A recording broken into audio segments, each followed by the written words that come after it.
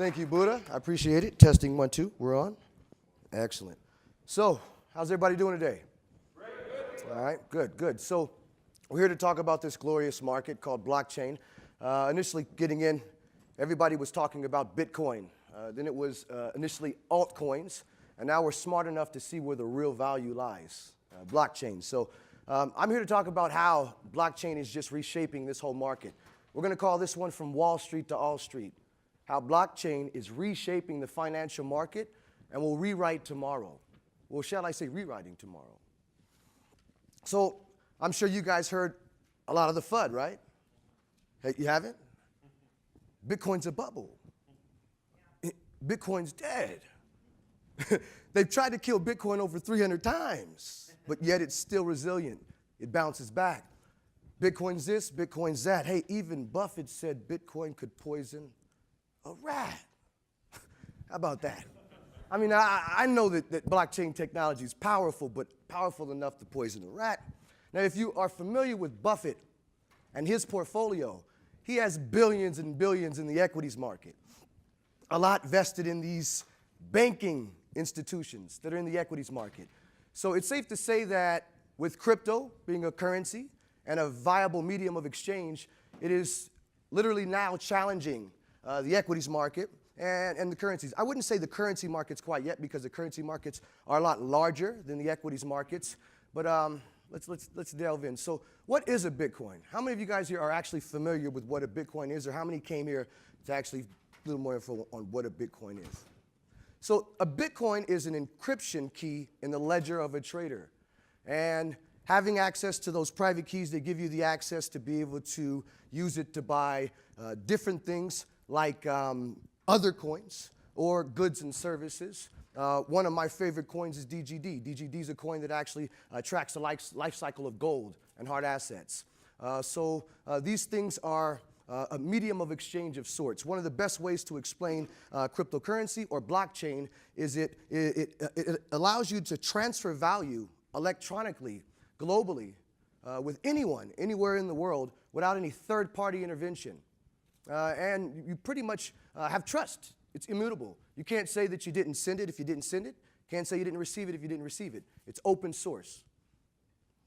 So Bitcoin was the first. It came out in 2008, or 2009 is when it gained a little bit more notoriety. The fact that it was open source, you had the ability to go in and improve the protocol. Right now, the market cap, it fluctuates anywhere between 300 to, you could say, about 150 billion. This is with a B. Now, at the peak of this market, as other coins came in, other altcoins came in, we've seen it get to around 750 billion, just under $1 trillion. Now, anything's a bubble, if you ask me. It doesn't get up to $1 trillion. If you're familiar with the dot-com era, the dot-com era exploded. It went up. It went up so high that it dipped down, and then it went back up to, I believe it was around 15 trillion, if I'm not mistaken, but the market was a lot bigger than this market. And we still today see what? Companies like Google, companies like Alibaba, Yahoo, right? Aren't these websites? So the initial pioneers, they end up being innovators, but they're not the ones that actually break through the glass ceiling. So we've seen other coins come out like Ethereum. I really like Ethereum. I think Ethereum should actually be a lot higher than Bitcoin. Wouldn't you guys agree? If you're familiar with the Apple iPhone, we've seen they come out with the iStore, and we have this wonderful, this app ecosystem. And from it, we've seen things like the Uber, Lyft, Airbnb. And I was over at Venice Beach this weekend, and I'm looking around. I'm like, man, I need to get a scooter. I'm over here walking. These guys are riding around on these scooters. What is this scooter? Sure enough, I pop up to it, slap the phone on it. They got the QR code, guys. And what do you know? I'm sipping a Slurpee, riding a scooter. Now, I believe Uber just invested into Lime, and they put a lot of money into Lime. Now they're calling that thing a unicorn. So how are they able to make this possible? It's blockchain technology that's bringing these things to life. And the App Store allowed you to be able to create these apps. Apple iPhone allowed us to put apps in there that have improved our everyday lives. Ethereum does the same thing. Most of these coins that are out are based on Ethereum's blockchain. So again, going back to Bitcoin, This is an encryption key, but it's accompanied by a private key. You cannot get access to my wallet if you don't have my private key. Now, I'm sure you guys are familiar with the debit cards and the credit cards, right? So, I mean, think about this. How dumb is it? You got the credit card number on the front, but what's on the back? The private key, the little 3-digit number on the back. The moment I got the number on the back, I'm good to go. Now, you guys seen what happened with Wells Fargo, right? Unless you were sleeping under a rock, they were stealing pennies. It amounted to a lot of money. Now, with blockchain technology, it doesn't matter if you're the one that facilitated the wallet for me. You don't have access to my wallet unless I give you access to the wallet. If you're familiar with the way the financial markets work, it's almost pay to play. Just by being included, you introduce counterparty risk. The moment I go in and I trade with a Binance or a Chicago Merc or a trade station, I have to do what? I have to put up the margin requirement. The moment I put up the margin requirement, I'm taking that money and I have to do what? I have to give it to this institution where there is fiduciary risk, custodial issues. If we understand the way the market's structured as far as blockchain, it's decentralization. So a lot of these companies are talking about crypto and blockchain, but they may not be using the technology. It may not make sense within their business model, or they may be just trying to come up for a quick money grab, so to speak. But it's really easy to make a cryptocurrency these days. All you need is a computer and someone to come in and mine it and trade the resulting encryption keys, and that's the hard part, having to be able to have the demand come in. It's really going to be the case use and utilization. All right? If we're changing something that helps our everyday lives, then you'll see things come in and become popular, such as your Bitcoin and Ethereum. But the Fed has their own digital asset as well. If you're familiar with GlobeX and the way that finance has moved to being digital, most of this stuff is on the bank's ledger. Blockchain is giving us the ability to have a distributed ledger. I'm sure you guys are familiar with Zelly, QuickPay. Even Square Cash is allowing you to buy and sell Bitcoin, right? The walled gardens that these banking conglomerates have had are doing what? They're starting to kind of fall a bit, mainly due to competitive pressures. If I can send Bitcoin, or anything for that matter that's a medium of exchange or holds value, back and forth without any third-party intervention, then they have to make it a lot easier for us to exchange value. So, again, going back, the Fed, they've got the issue with quantitative easing. There's nothing wrong right now with the monetary system in terms of the units of account that we use and the price stability in the market, which I'll talk about in a little bit here. But the problem is they've got a monopoly or a duopoly of sorts, right? And since 1971, what happened? We've been taken off the gold standard, right? And a lot of this stuff is fiat, and I'm not talking about the little cute car, okay? It's not really backed by anything at all, which gives them the ability to do the deficit spending and all this stuff that really doesn't help our portfolios. So where did it all start? I'm going to talk about Bretton Woods here in a second, but Bretton Woods was very big. Bretton Woods was an agreement that gave us the gold standard, and it initially worked until we had Johnson's Great Society and Vietnam War. They started to push the envelope, started to see what they can get away with. We had nations like the Swiss and other nations started repatriating their gold because they realized that what? If you understand supply and demand, the more you put these dollars in circulation, what happens? We're in trouble. They become devalued.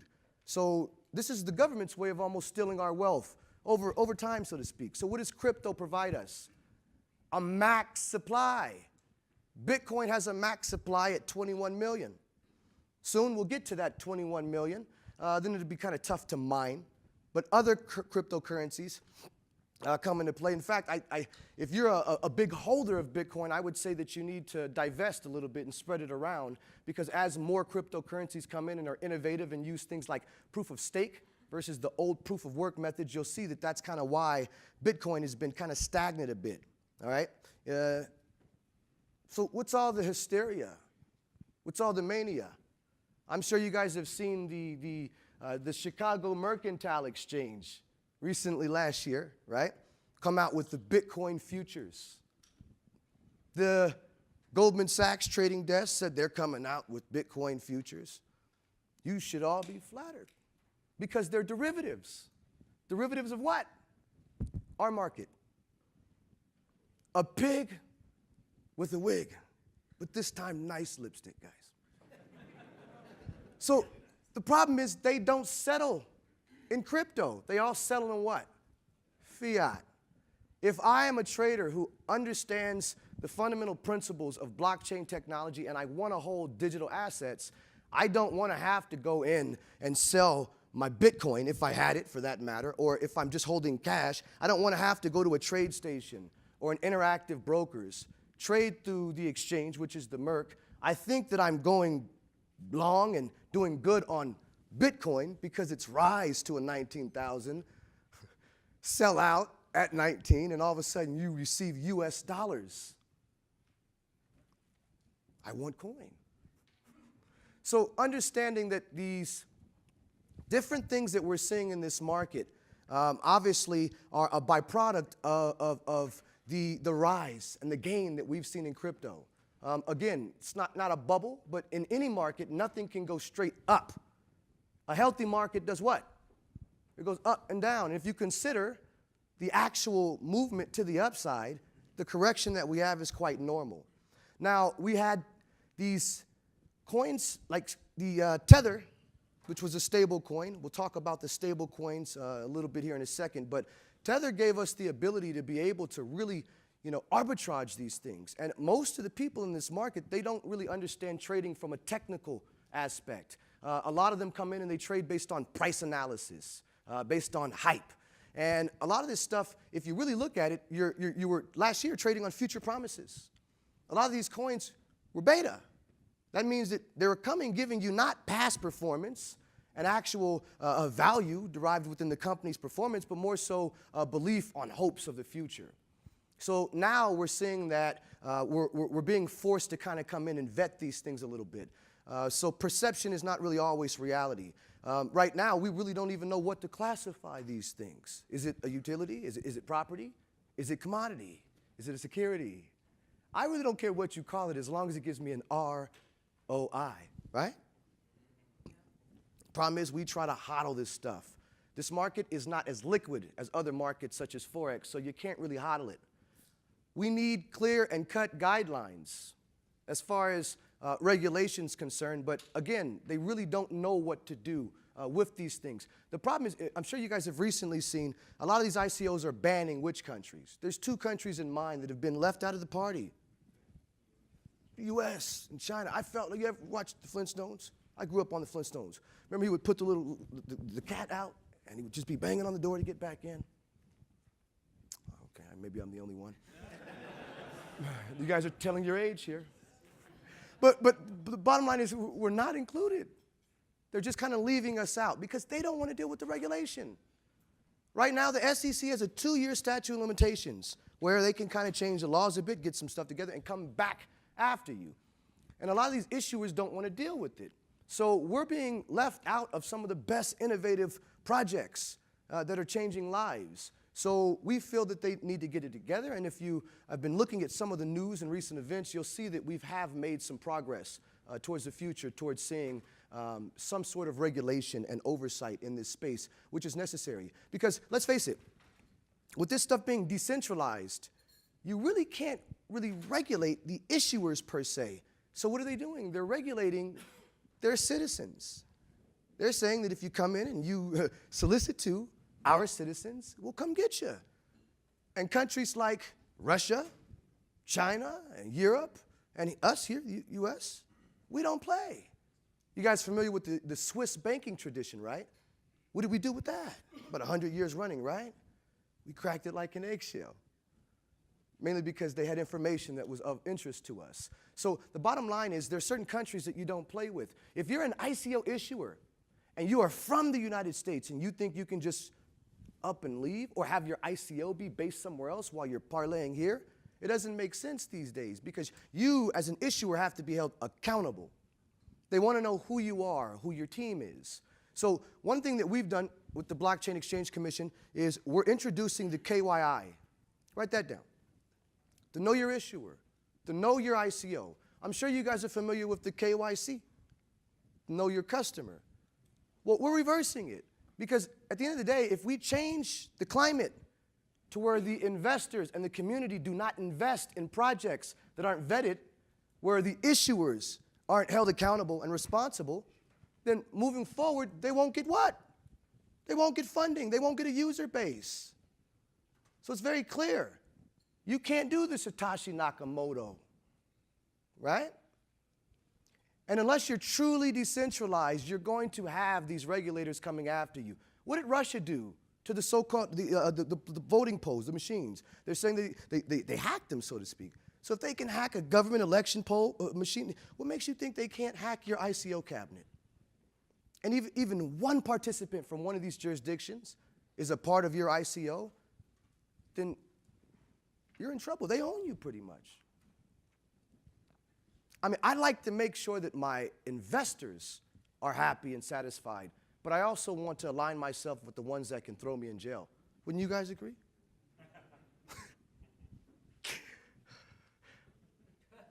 I had to take a breather because I have an ICO now, and me and Drake, we call him every week. Any changes? Anything coming up? Just let us know. So, but what are they doing? We don't know. We'll get back to you. So at this point, if you understand that this market is really, truly no different than the equities market, the investment banking markets, or the IPO, except they used a little bit of a twist, such as the Jobs Act, using crowdfunding. I'll talk about what Obama did briefly in a second here, but the Jobs Act created and birthed this ICO that we see. The ICO is just a different name for a PPM. And with this new technology, you're now able to create your own internal exchange. A lot of issuers don't even realize that you are, by default, going to start out not only centralized, but an exchange. You may not be operating as an exchange as you operate once you guys are open and fully operational, but what are you doing initially? You start out centralizing, you're taking your coins and you're doing what? You're issuing them to the crowd. And if you're successful, you're going to get the attention of what? The crowd and the regulators. So I feel that these things should be similar to food. They should be treated like food. Food is given what? Risk-related labels. In my market, if it's a junk bond, they rate it. Now, I'm sure you saw The Big Short, right? A lot of the things these days aren't really rated as they should be. So the beautiful thing about blockchain is we can have a self-governing economy. Some of these tokens are able to put into their protocol things that follow SAFT or Reg D, Reg S, or Reg A. So the CFTC, they're calling it a commodity. So we decided to register with the CFTC. Fine. The SEC says it's a security. So we register with the SEC. Now you got FinCEN coming in and saying, you need your money transmitter license. So we go and register there. And then all of a sudden now, you've got too many different ICOs right now out here. And it doesn't matter whether you go and you have a true case use and a great product like Gratify, or you actually have the regulation, such as BlockVest here. There's too many to decipher from. So we need house cleaning. Would you guys agree? This space needs some house cleaning. So myself and my partner Drake, we plan to do big things here, to do a little bit of the dirty work for you guys. Drake has worked with the Jobs Act and the SEC to form what you guys see within the Jobs Act. And they just created, they're calling it the Jobs 2.0, okay? We'll talk a little bit about what the Jobs Act was, but now we have the JCO, the Jobs Crypto Offering, which is a combination of Reg D, Reg A+, and a little bit of sprinkle of Reg S, but it keeps you out of Reg jail.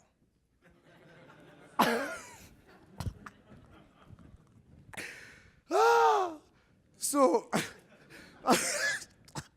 recently, he says that I lose sleep over this stuff, guys. I'm not lying. I mean, our lawyers and our tax attorneys, we're on the phone with them all the time, just trying to stay ahead of what these guys are doing. And it's really best to align yourselves because they do not play. I've been in investment banking for years, And we have to have licenses to do business in our markets. And if we're not operating with a high standard of ethics and a culture of compliance within our fund, we will lose our licenses and get bored. You can look at a U4 and they'll show bankruptcies or certain bad practices. And this hurts you moving forward. We need this in this space. The only way that you're going to get it is if you let them do their job. A lot of us don't know a lot of the laws that go into this stuff as far as the regulation and regulating securities. I mean, raise your hand. Do you care if it's called a utility or a security? Let's ask this again. Do you want a return on your investment and to keep control of your assets and have no one else have control of them, irregardless of what they call it, where you're protected? I think that's the latter. A lot of us, we as issuers or even the investors, we try to say what we determine it is and classify, but try telling a federal court, a judge, I thought it was a utility. So they recently made a new announcement about Ethereum. What was the announcement made about Ethereum? They're saying that it's not a what? It's not a security. Anybody want to tell me why? What's the biggest reason that they're saying it's not a security? Excellent. This is one of the biggest principles of blockchain is decentralization. But wouldn't you agree that it goes against the core principles of everything that stands behind big government? So if you're truly decentralized, or at least the foundation that controls the governance is regulated by these different regulatory authorities, or the ones that are, I guess, of importance in your jurisdiction, then you'll be okay. You're also showing your investors that you plan on being here for the long haul. I'm sure you guys remember the days where you could open up an account with the exchanges and they wouldn't even ask you for an ID. I didn't touch them with a 10-foot pole because it's completely illegal. It's against KYC and AML. And if they're willing to say, hey, we'll break this law, that means that chances are they probably didn't have a team on the website, right? So there was nobody to really go after. The one disadvantage I say about Bitcoin is you can't return it. If it happened to be a mistake or the wrong person or fraudulent, you can't get it back. So in 2012, Obama created the Jobs Act, Jumpstart Our Jobs Act, or Jumpstart Our Businesses Act. It was designed to be able to create more funding or bring more funding to small banks and to hopefully create more jobs as more startups became innovative and helped our economy overall. And this you could say has kind of been a gift and a curse because out of it, you've seen a lot of these different ICOs using Reg CF, the crowdfunding. Recently, Trump, outside of tweeting and making statements, he's done something that I believe is going to be a staple to his whole time as president. If you guys are familiar with the Economic Growth, Regulatory Relief, and Consumer Protection Act, what this did was it changed some of Dodd-Frank's laws. And inside Section 508, improving access to capital, they adjusted the Reg A to where now it's still capped at 50 million. They're trying to say that, you know, they want to try to raise it to 75 million, but it hasn't been confirmed or solidified yet. But they've changed Reg A to where now publicly traded companies that missed the filing deadline can go in and be able to use Reg A, as well as OTC companies can use Reg A as long as you report after. This means directly after. You can file Reg D. You can file the Reg S. And the Reg A, as long as you do the reporting after the fact, you'll be okay. One of the things that Drake has been pushing to these different regulators is these crowd funds, these true ICOs, they need money. They don't have the money to pay the reporting requirements. It's like $250,000 to get audited financials to be able to qualify for the SEC's reporting requirements for a lot of these different companies. And a lot of these ICOs, they see it as red tape, so what do? They leave. They go to countries like Malta. So we've been losing the battle, but not really. If you look deep, we've seen a lot of things happen in this country to kind of assist us as far as regulations concerned, and some of the different things in terms of Colorado, Arizona, as well as Wyoming. And I'll talk about Wyoming briefly here, but everyone's calling Drake these days. Everyone's calling myself these days, and they want us to advise on their ICO. Everyone wants to do an ICO. If you ask me, the ICO icon, my take is it's hard cap or hard slap. That's a hard slap in the face when you realize the reality is that you probably are not going to reach your hard cap or even your soft cap. One of my biggest advices that I give to a lot of these projects is build out your community. If you don't have at least 10,000 in your Telegram, if you don't have a nice Facebook ecosystem, and I'm not talking about advertising on Facebook, but at least a community that's behind the project, it's going to tell you how your ICO, whether it's pre-ICO or ICO, how it's going to fare out once you bring it to market. There is no special magic sauce that's going to get your ICO to be successful just because you put some advisor on it. You put Drake on it, wouldn't matter. Heck, you can put me on it. I know I'm pretty good looking. But not even me, not even myself, not one person, not unless it's Satoshi Nakamoto himself, right? Decides to come out of the closet and stand behind your ICO. You're going to need to go in and do the grassroots, bootstrapping, putting money in yourself and being held accountable. Because right now, I would say over half these ICOs from last year are what right now? They're underwater and gone. A lot of them, they rush to go to exchanges. And if you look at a lot of them on the exchanges, what do the order books look like? Stagnant. Kind of like a fax machine these days, right? Or a postcard. So we've seen a lot of things happen. One of my buddies, Raymond from Centra, he's sitting in that reg cell. Reg for regular jail. Their ICO is very successful.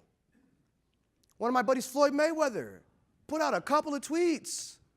They raised $30 million. He put the $30 million away in a smart contract, put it aside, didn't even spend it. But because someone on his team put a fake ICO up there, the kid made the coin when he was about 16. It came out when he was 18. You think he knew about a team or how to build a company as big and as robust as the ecosystem behind a ICO? No. But him and his co-founders are sitting in jail, facing indictments right now, mainly because they did not file with the SEC. It's simple. I'd rather pay 50, 100 grand now than for them to come freeze everything that I raised and I'm sitting in that reg sale. You think about reg sale when you go home. Some of you are like, but I'm an investor. You try not reporting this Bitcoin holdings to these guys. Right? And it becomes a problem. So right now, again, a lot of the investors are underwater, and they're coming to these regulators, and the regulators are starting to show some progress in the right direction. We have seen the, I guess, complete drop of the ball of China. China says, we'll just ban it, and then they turn around and they're doing what? They're building their own. Japan, they restrict it, regulate it, and then they start creating laws and licenses, and then they create the J-coin, which was the first one to create their own coin, if you guys are familiar. Dubai. Dubai was the first nation state to say, hey, we will accept crypto, and we're going to make our own cryptocurrency. What does this say to you guys about blockchain technology and cryptocurrency? It's not a bubble, okay? Now, I feel that it's very reminiscent of the penny stock markets. Wouldn't you agree? Right now. Because there is a lot of these different coins that really have no value at all behind them. So, again, we need regulation. If you're not familiar with the different regulatory authorities within the different jurisdictions, get familiar. I put them up here for you. Look them up. If they say they're out of the UK, they should be regulated by the Financial Services Conduit and the Financial Conduct Authority out there. Understanding who's who and who polices who in these different areas will help you. I'll talk about Binance briefly, but Binance, they recently left Japan and moved to Malta. Why did they leave Japan? Well, because Japan hit them with tax bills. And I'm pretty sure they'll probably leave Malta too, as they've been jumping jurisdictions like jelly beans. And they can. The days of being able to raise money like Binance and jump around like a jelly bean from jurisdiction to jurisdiction are gone, because right now, blockchain has caught the attention of not only mainstream media, but a lot of the regulators and these institutions and these exchanges. And they're starting to transition over to this market. But why has Malta gained, I guess, notoriety? Well, they recently passed three bills. Three bills there that were basically establishing legislature and regulation for blockchain. But if you are familiar with Malta, it's pretty corrupt. GDP's not that high. It's kind of like a cesspool over there, guys. So recently they've had Binance, as I was just talking about. Binance recently has moved on over to Malta, and another exchange has moved to Malta. Anybody familiar with the other exchange that just moved to Malta? OK Exchange. What did the CEO and most of management just do at OK Exchange? Resign. Just after they dropped the ball on their Bitcoin futures and millions got hacked out of the wallets. You'll see that centralized exchanges will eventually be phased out. We will move to a decentralized, distributed, hybrid model. Some form of centralization, some form of decentralized, some form of distributed. But Wyoming is literally paving a way here in America. They're calling themselves Crypto Valley. Now, it's not that exciting out there, right? I'll be honest with you, not rushing to go have a vacation in Wyoming. But, I mean, the laws that they've drafted, they just recently drafted, it was March 9th. This was before, I believe, July 4th when Malta passed those bills. March 9th, they call it the Utility Token Bill. I got to let that breathe for a second. The Utility Token Bill. Bill 70. The first nation state in the world to classify this thing, to actually give a utility an actual asset class. We've recently seen in the news that they were talking, bless you, that they're not trying to circumvent any of the things that the SEC is doing, but mainly working alongside them and complementing them in their efforts. So it's coal, cattle, and crypto. I got a hat and boots and everything. I'm serious. I went out there. So recently they were talking about losing the battle to Delaware. They were the first state to create the LLC and actually be allowing you to file the LLC. And pretty cheap. No state tax. Did I say no tax? I'm a firm believer in paying my fair share of tax, but nothing more. Just my fair share, okay? So money is transformed. We're now seeing these things become digital. Where do we start? We were actually bartering and trading. You give me that pen, I give you this. If his negotiation skills were good enough, someone would be left holding the bag or be left with the short end of the stick. So we moved to actual gold and silver being used as a medium of exchange. And gold and silver then comes into actual paper, governmental money. But then we talked about some of the issues that were prevalent there. Bretton Woods did what? Bretton Woods created a gold standard, a standard that allowed us to have what's called accountability, accountable accounting. Think of it like a checkbook. Our government basically could only go in and issue Federal Reserve notes based on the gold they had on deposit, okay? What are notes? They're promissory notes. They're IOUs, okay? A debt instrument, the government's debt. What have they been doing to the debt ceiling? Raising it and raising it. Technically, all money is these days is just numbers. Neo in the Matrix, 1010 Neo. But we're now moving to this distributed ledger technology that is now put in the hands of what? Everyone. If you think about blockchain, what is blockchain? Blockchain is proof of ... Now I want to make sure that they understand this, so I'll get it over here. Again, proof of ... That's proof of collateral, proof of concept, proof of delivery.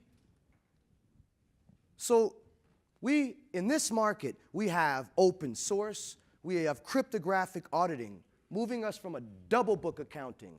Double book accounting is my book of accounting, and then you have your book of accounting. And if you're the regulator or the exchange clearing firm, your books matter over mine's. Blockchain makes it to where all of us have the same information at the same time, as long as there's at least one node up and running. So we've seen this thing show us, truly how it's done. There are tokens that are being created to address the regulations. They're putting the KYC and AML inside the token. Now, although this can cause a little bit of friction, and we've seen it, there's been a lot of different investors initially that we had to push away before we got our Reg A+. The exchanges, imagine if they're allowing the IDs, they wouldn't have as big as a broader user base, right? But again, you, as the investor, it's very important that you look for these things. And if you know that it can be built into the smart contract, instead of them promoting and advertising to get you to buy the coin, they should be looking at the token economics behind the token to make sure that it's adhering to the jurisdiction where the crowd, the participants, are going to be from.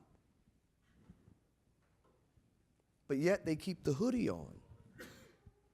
Because why? A lot of us investors were greedy. We like to look for that big home run, the 10x in 10 days. So we created BlockVest. BlockVest Decentralized Exchange is a closed-in hybrid mutual fund. It's an index fund based on cryptocurrencies, as well as a decentralized exchange. Now, if you're familiar with these exchanges right now, you're seeing a lot of what in the news? Hacks. Some of them are on purpose. If you look at the old model from some of these other exchanges, such as your FXCMs, interactive brokers of the world, they will manipulate their order book. They will front run. In the Forex market, they flat out call themselves market makers, and they just take the other side of your trades. So there are issues behind these current models that we see. With our exchange, Blockchain Investment Group is the fund behind BlockVest. BlockVest is the first product that we're launching, and BlockVest is the use of blockchain technology and digital identity to digitize assets. The use of smart contracts and blockchain technology to create a smart economy on a distributed network. Think about that, you guys. On a distributed network. What you guys don't realize is in this market, not this one, but mainly though, actually this one and the other one, there's a lot of counterparty risk. And a lot of us don't even realize whether these companies are solvent or not. The counterparty risk puts us in a position where we end up having to look up the fiduciary, we having to worry about fiduciary risk and custodial issues. But if we realize that crypto in it, it's decentralized. It's not physical. It has no physical form. That means you can't come in and corner it. Think about the government. That's why they said it's not a security. So if it doesn't have a physical form and it's digital, I'm sure you guys recently heard about Bancorp being hacked. I'm going to make a point here, right? They lost $12 million in crypto. Who here was aware that they were able to get 10 million of it back? They procured 10 million of it back. Now, they lost 2 million because it was a currency outside of their currency. They lost 2 million in Ethereum. But they were able to procure 10 million in Bancorp back.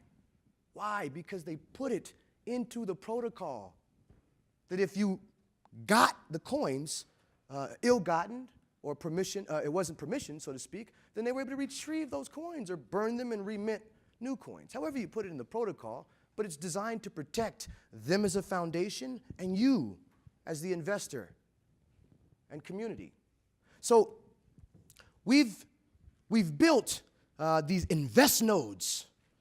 And if you guys are familiar with annuities give you a consistent income. Some of them even give you a premium. A lot of you guys hold cryptocurrency. You hodl it, and it goes up and down in value. And it really doesn't pay you much. So you're finding different companies like Salt allow you to lease your crypto. Well, the Nvestnode is very similar to leasing your crypto. You have to have 1,000 BlockVest tokens. And if you're familiar with the masternode, Dash uses a masternode architecture within their ecosystem. It's a little bit more advanced. It's a proof of stake protocol. In fact, Ethereum, Vitalik recently said that he's going to be putting in the proof of stake into their blockchain using Casper, or whatever they're calling it. But it's a lot more efficient use of technology and securing a network rather than proof of work, so to speak. So what we've done is we've used the bonded validator system, a smart contract, which is basically holding it in escrow, and you put your BlockVest into the Nvestnode. You're immediately given 20% consideration in our stablecoin, which is yield. I'm going to talk about stablecoins in a second here, as Goldman Sachs has just bought out Poloniex and Circle. But you're given a stable coin. Now, if you're familiar with the U.S. monetary system and the quantitative easing, they got the monopoly on that. But they spit out what? Dollars. And the dollars stay what? Pegged to 1 unit of account. Unfortunate for us, stuff like this and this and this and this do what? They go up in value. So it's the price ratios that are affecting us as far as inflation is concerned. So right now there is no masternodes or no mining available where you can mine a token that stays stable or pegged to 1 unit of account. Now, the U.S. government, with the gold standard, they had it right with the price stability. This is why Forex went to $3 to $5 trillion a day. It's traded because of the price stability. The only issue is the custodianship, the trust. So if we can have a coin that allows me to be able to mine it and gain passive income, and it is not being hyperinflated and devalued, it becomes very advantageous. So the one thing we've done since we've got the index fund, which is kind of similar to a mutual fund, a closed-in hybrid fund, we offer quarterly dividends. They're dividends, but we call them digidens, digital dividends. This incentivizes you to keep the BlockVest in the Nvestnode over the quarter so that you're receiving your dividends and the passive income from helping to process the transactions on this decentralized exchange. So it's very important that you understand that not only are the ICOs bringing innovation to this market, but it's these exchanges that are bringing new innovative technology. And you'll see shortly in our the presentation how these exchanges are actually quickly getting with the times. They recently just opened 6 exchange. You guys seen that in the news? New digital asset exchange. We'll talk about it briefly. So what's the problem? The problem is the market today only works to help the market makers. Right now, I'm sure you see the appetite in the East for gold has been what? Increasing. But if I am the Chicago Merc and I own COMEX, I can short gold and I don't necessarily have to have the true collateral behind it because I can just roll my contract over. Not with blockchain. Blockchain has cryptographic audit trail. Imagine a gold standard where you didn't have to trust Congress or the Fed to see what was in Fort Knox. You just went on the blockchain. Think about it. We'd have a nice ecosystem where these dollars wouldn't be fiat. So we face high service costs and depository and accounting cycles that are egregious. When I'm trying to get my money from Bank of America into my Gemini account, I mean, it is an egregious delay. And don't let it be Friday. I mean, I have a routine because most of my money, I hold it in crypto. I'm like, I have an alarm that goes off that reminds me late Thursday, early Friday, you better transfer it because if you don't, it won't be there. Actually, Thursday, because if you try to transfer money Friday, it may not get there till Tuesday. Oh, I hate the egregious delays. Imagine trying to invest in something or arbitrage something. It has a short window. They purposely have these processing delays. What happened last year? They shut down the credit cards. My credit card, I didn't even have credit cards initially. I got them for Bitcoin. Why? Because the interest they wanted versus what you could make in the market, it was a no-brainer. So the current storage and accounting systems, they're outdated. Much like the postcard. The Nvestnode, or nodes in general, and blockchain technology is going to do with the old accounts. It's going to take and do what email did to the postcard. If we can play and have access to invest in the market while still keeping possession of those assets, it's powerful.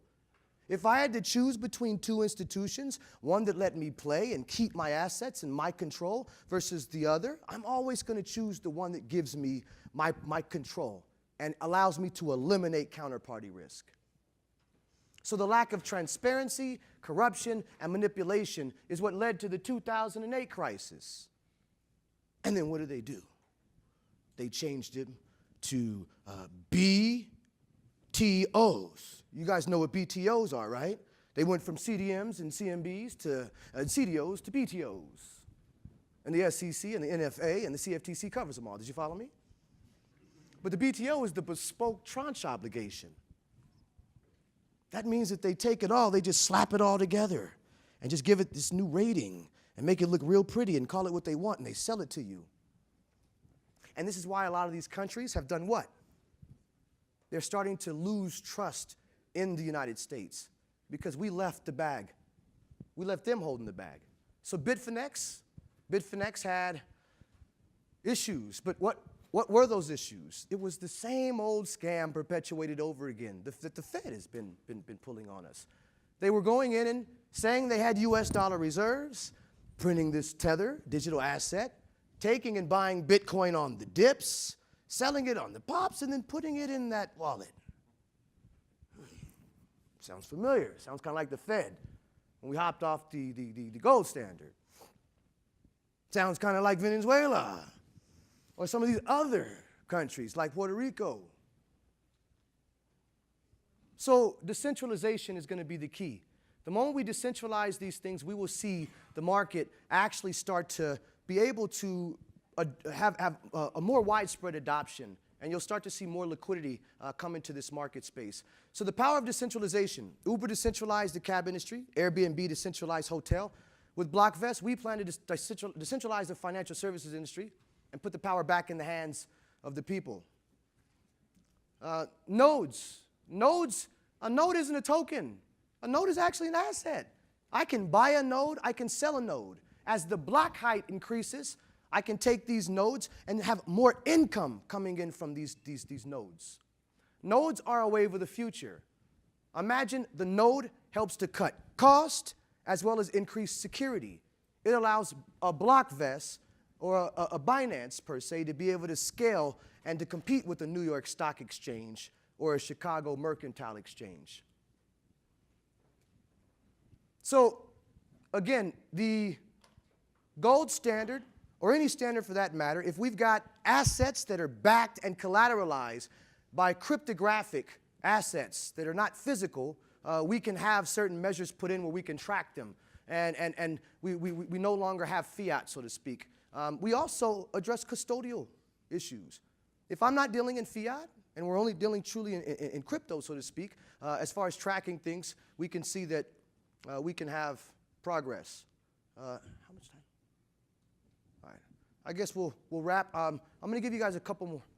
I wanted to bring you guys to a couple of things that have happened. We've got some patents that have actually been filed by Bank of America. Goldman Sachs just bought Poloniex and Circle. Why did they buy Circle? Mainly because of these stable coins. There's a lot of stable coins out there. Some are supply chain based, some are non-crypto.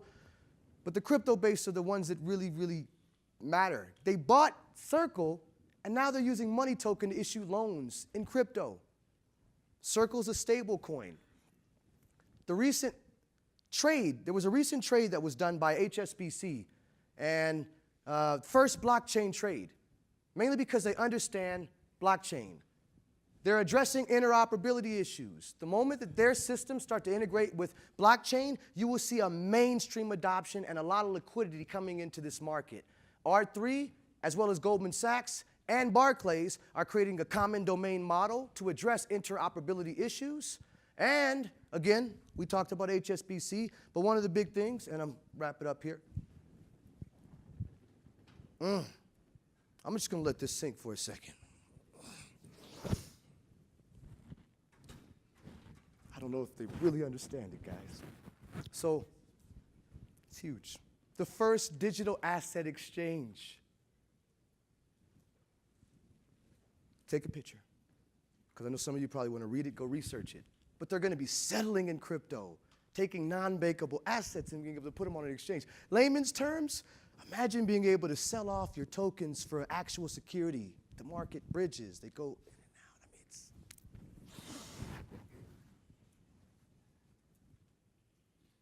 so they spread FUD because they're trying to position themselves. Don't believe the hype. I'm a firm believer that blockchain is not a bubble. Bitcoin's not a bubble. It's the pin that will pop the bubble. And that's my presentation. This is how blockchain is reshaping the financial markets, and we're going from Wall Street to All Street, right under our noses.